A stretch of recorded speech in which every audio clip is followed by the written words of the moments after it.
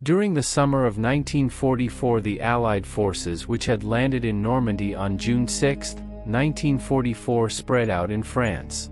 For a moment, the liberation of Western Europe from the Nazis within a couple of weeks seemed likely. In the beginning of September 1944, Brussels and Antwerp had already been liberated by British XXX Corps of Lieutenant General Brian Horrocks. It did not take long before the Allied forces were at the Belgian-Dutch border. Now there were two different outlooks on how to continue the battle. The Allied Supreme Commander Dwight Eisenhower wanted to attack Germany on a broad front. The British Field Marshal Bernard Montgomery preferred to advance through Holland to the IJsselmeer and then move into Germany. This way the German troops in the west of Holland would become isolated and the Siegfried Line, a strong defense line, could be avoided. Thus the war would probably be over before Christmas of 1944. In the end, Eisenhower granted Montgomery permission to work out his plans for this operation in detail. This operation was to be called Operation Market Garden. Operation Market Garden consisted of two parts. Market was the code name for the actions of the airborne troops. Garden was the code name for the actions of the ground forces. The key to the success of this kind of operation were the airborne troops. According to plan, 3 Allied airborne divisions would jump over the area of Eindhoven, Nijmegen and Arnhem and then clear the way for British XXX Corps, which was at the Belgian-Dutch border in the area of Neerpelt. During the first day, XXX Corps would have to join the airborne troops at Eindhoven. These troops would join the airborne troops at Nijmegen on the second day and at Arnhem on the third day. The Battle of Arnhem was a battle of the Second World War at the vanguard of the Allied Operation Market Garden. It was fought in and around the Dutch city of Arnhem, the town of Oosterbeek, the villages Wolfhies and Driel and the vicinity from 17 to September 26, 1944.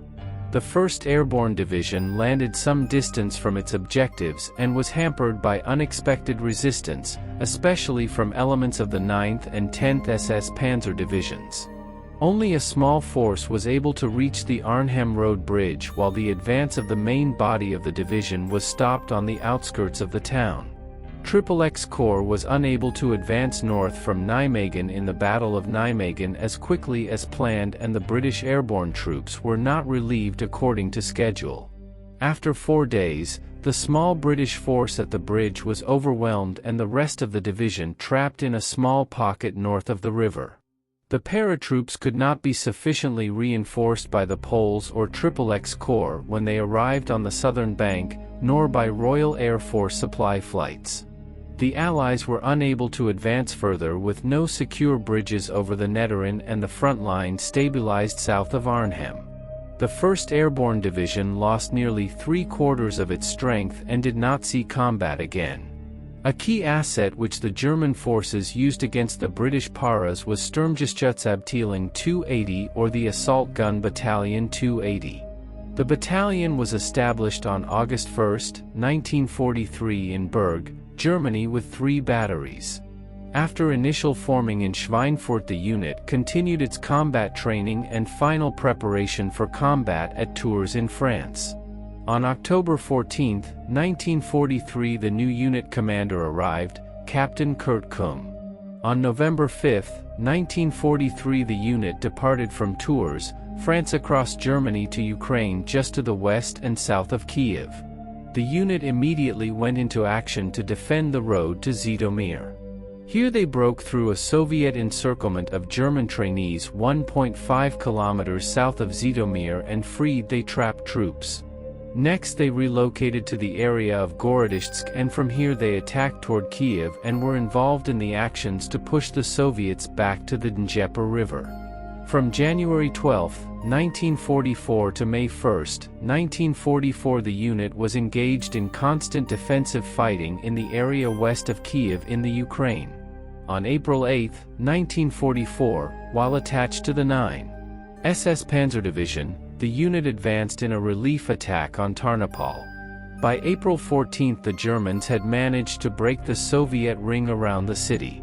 As a result of these engagements, the battalion was nearly decimated and they were pulled back to regroup west of Lemberg.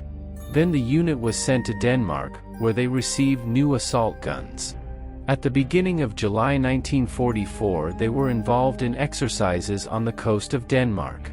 With the British paratroops landing in the Arnhem area, the battalion was transferred to the Dutch border.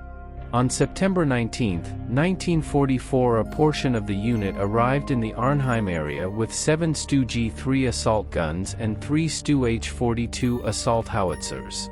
They remained in the Arnhem area until September 26, 1944. Major Kurt Kumm received the Knight's Cross of the Iron Cross on December 9, 1944 as the commander of the battalion and for his leadership of the unit in its actions in the area of Arnhem and later for his leadership in the fighting in the Sarpfalls area.